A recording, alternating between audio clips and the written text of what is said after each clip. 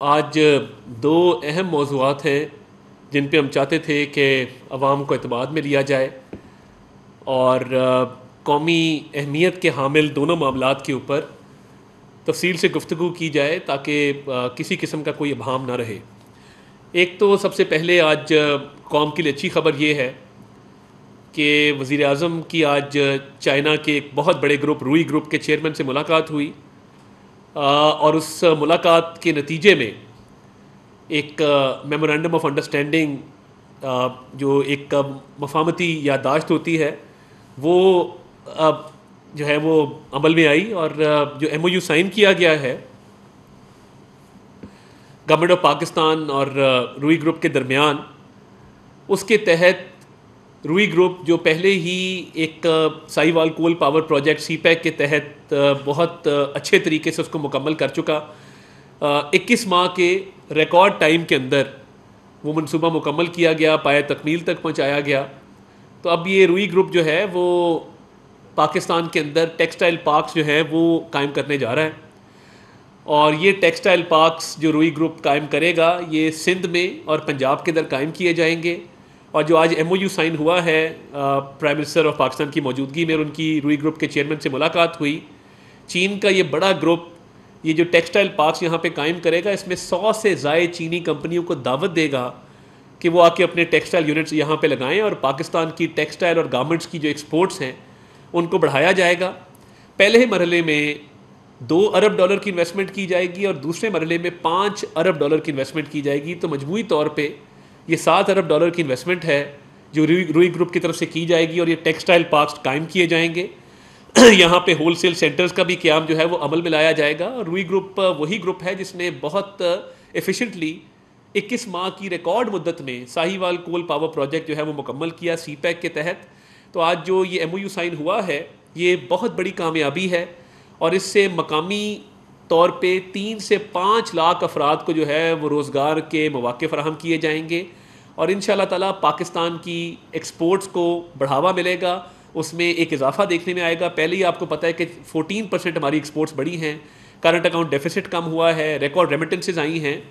तो ये जो इकनॉमिक प्रोग्रेस का सफ़र है जिसको मियाँ शहबाज शरीफ साहब लीड कर रहे हैं, इसके तहत ये एक अच्छी खबर है कि चाइना का एक बड़ा ग्रुप रूई ग्रुप जो है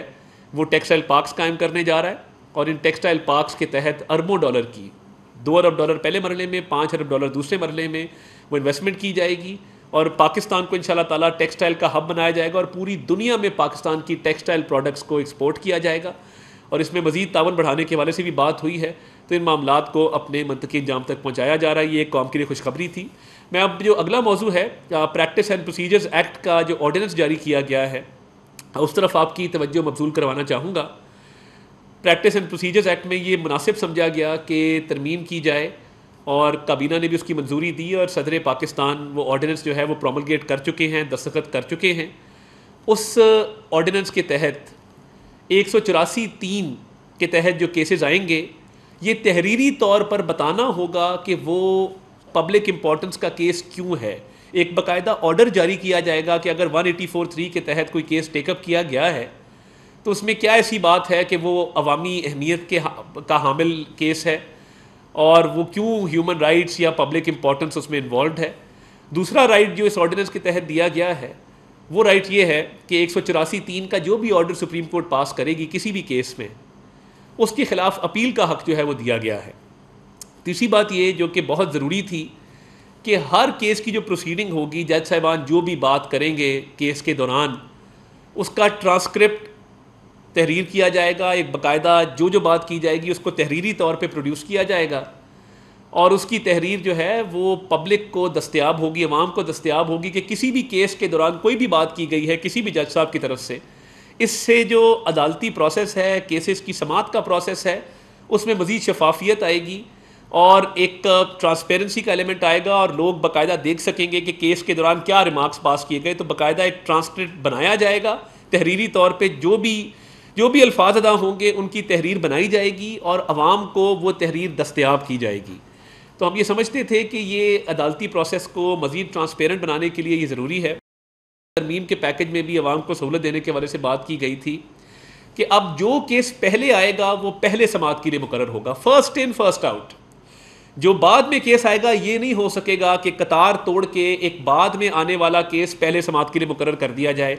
जो केस वक्त में पहले आया है वो पहले समाअत के लिए मुकर्रर होगा, जो केस बाद में आया है वो बाद में समाअत के लिए मुकर्रर होगा, और ये मुमकिन नहीं होगा कि किसी भी केस को कतार तोड़ के जो है वो पहले समाअत के लिए मुकर्रर किया जाए। तो ये अवाम के लिए एक बहुत बड़ी खुशखबरी है और ये बहुत ज़रूरी है। तीसरा,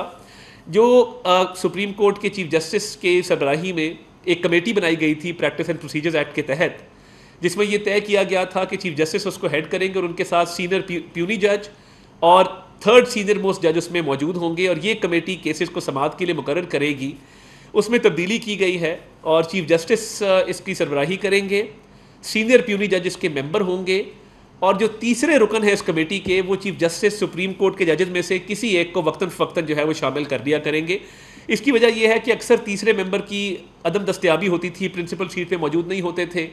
तो केसेस ताख़ीर का शिकार होते थे। और जिस तरह 63A का जो आइन को रीराइट किया गया वो रिव्यू आज तक पेंडिंग है, समाअत के लिए मुकर्रर नहीं किया जा सका, कमेटी का इत्तफाक ही नहीं हो सका।